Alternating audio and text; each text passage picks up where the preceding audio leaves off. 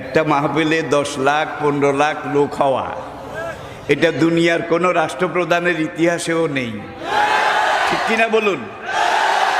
আর একজন রাষ্ট্রপ্রধান যখন কোনো এলাকায় যায়, সেখানে রিজার্ভ গাড়ি দেওয়া হয়, জায়গা জায়গা থেকে গাড়ি প্রেরণ করা হয়, সার্ভ করা হয়, তাদেরকে ভাড়া দেওয়া হয়, খানা দেওয়া হয়, গরু জবাই করে একবারে মোরগ মুসাল্লাম বিরিয়ানি এগুলো দেওয়া হয়। তারপরে যাওয়ার সময় আবার কিছু নগদ হাদিয়াও দেওয়া হয়। কিন্তু আমাদের মাহফিলে, আমার ছেলেদের, আমার সন্তানদের মাহফিলে যারা আসে, তারা নিজের খরচে আসে, নিজের খরচে খায়। আজকে তাকে এই দেশে থাকতে দেওয়া হয়নি।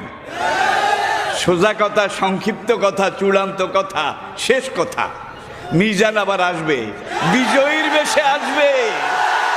এই দেশের তাওহীদি জনতা